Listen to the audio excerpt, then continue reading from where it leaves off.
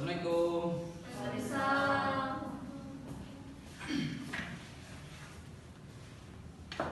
Assalamualaikum warahmatullahi wabarakatuh. Untuk mengawali pelajaran kita pada hari yang berbahagia ini, marilah kita sama-sama berdoa menurut kepercayaan dan agama masing-masing. Berdoa dimulai.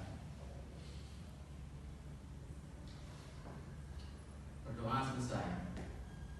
Ini Bapak akan mengabsen siswa yang hadir pada hari yang berbahagia ini ya. Yang pertama Naufal Halis. Hadir Pak. Yang kedua Adfani. Hadir Pak. Nofisara. Hadir Pak. Wesi. Hadir Pak. Selanjutnya Arsalna. Hadir Pak. Nur Hanifah. Hadir Pak. Muhammad Karmi. Hadir Pak. Sakit. Ada surat nggak? Ada Pak. Ada. Ibu ya Pak. Halim Husairi.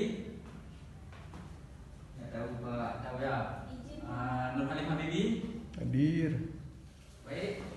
Pertemuan kita pada hari ini yaitu tentang keamanan database.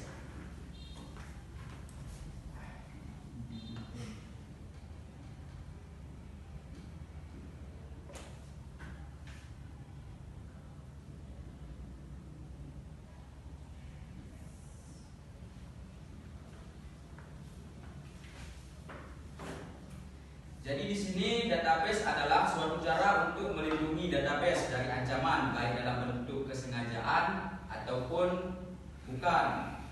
Ancaman adalah segala situasi atau kejadian baik secara sengaja maupun tidak. Jadi keamanan di database ini sangat beragam. Misalnya kita memiliki banyak data di media sosial. Jadi banyak ancaman juga yang akan kita hadapi terhadap data-data kita.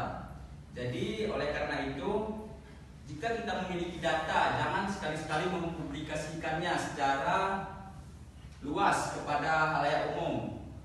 Jika kita mempublikasikannya, maka data-data kita akan mudah diretas oleh orang-orang yang tidak bertanggung jawab. Jadi kemudian yaitu tujuan keamanan database. Yang pertama yaitu informasi tidak boleh diungkapkan kepada pengguna yang tidak sah. Contohnya misalnya di sini siswa seharusnya tidak diperbolehkan untuk memeriksa nilai siswa yang lain. Jadi di sini diambil contoh yaitu siswa. Seharusnya siswa tidak diperbolehkan untuk memeriksa nilai siswa.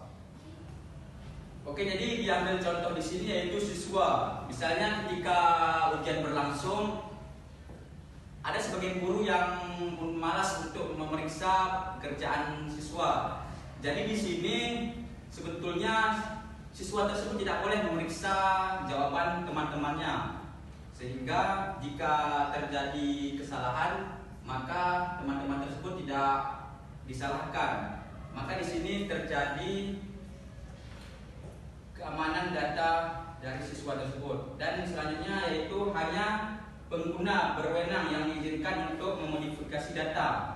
Jadi data-data yang ada pada media-media tertentu itu hanya diizinkan untuk memodifikasikannya hanya oleh pengguna tertentu. Dan yang ketiga, pengguna yang terdaftar tidak boleh ditolak akses. Kemudian keamanan server. Perlindungan server adalah suatu proses pembatasan akses yang sebenarnya pada database dalam server itu tersendiri. Yang kedua ada IP access. IP access di sini yaitu setiap server harus dapat mengkonfigurasi alamat IP yang diperoleh. Dan yang ketiga koneksi database. Jika kita ingin mengizinkan pemakaian dapat mengunggah database melalui web text. Dan yang keempat, kontrol akses. Kontrol akses di sini adalah salah satu bentuk keamanan database yang sering diabaikan atau cukup sulit untuk penerapannya. Jadi kontrol akses di sini yaitu penerapannya sangat sulit digunakan, sehingga banyak orang-orang mengabaikan kontrol akses di sini. Jadi selanjutnya yaitu kelompok keamanan database. Yang pertama, pencurian dan penipuan. Banyak sekali pencurian dan penipuan data-data yang kita alami, misalnya melalui SMS, melalui WA, Google dan sebagainya. Mereka menyalahgunakan data-data yang kita punya sehingga data-data kita bocor dan disebarluaskan oleh pihak-pihak yang tidak bertanggung jawab. Kemudian hilangnya kerahasiaan dan privasi.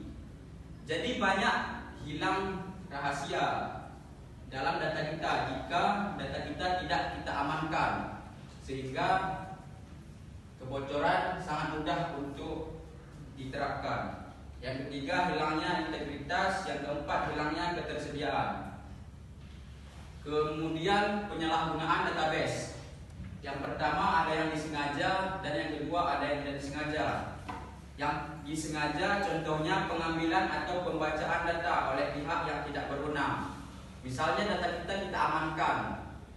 Kemudian ada pihak-pihak tertentu yang menyalahgunakan data kita, maka data kita tersebut mudah untuk dicuri oleh pengguna yang tidak bertanggung jawab. Kemudian mengubah data oleh pihak yang tidak berwenang. Dan yang ketiga, menghapus data oleh pihak yang tidak berwenang. Jadi di sini banyak data-data kita yang dihapus dan disalahgunakan sehingga pengguna yang lain mudah untuk mengotak-atik dan mengubah data-data yang kita miliki di media internet dan media massa. Kemudian yaitu penyalahgunaan database yang tidak disengaja, contohnya adalah kerusakan selama proses transaksi. Yang kedua, anomalia yang disebabkan oleh akses database dan contracts. Yang ketiga, logika error. Mungkin sampai di sini penjelasan dari Bapak, dari Mas siswa semua. Ada yang ingin ditanyakan untuk mengakhiri pertemuan kita pada hari yang berbahagia ini? Di sini Bapak akan bertanya sedikit kepada seorang siswa untuk mengetes apakah kepahaman kalian sudah jelas ataupun belum. Di sini Bapak akan bertanya kepada Noval. Coba jelaskan apa itu keamanan database. Keamanan database adalah suatu cara untuk melindungi database dari ancaman, baik dalam bentuk kesengajaan ataupun bukan. Terima kasih Saudara Noval. Mungkin jawabannya sudah sangat baik dan sangat bagus ya. Mungkin untuk selanjutnya bisa dijabarkan untuk lebih jelasnya lagi. Jadi sekian pertemuan pada hari yang akan datang. Akan ada materi-materi yang menarik untuk kita bahas selanjutnya. Mungkin sekian dari Bapak. Assalamualaikum warahmatullahi wabarakatuh.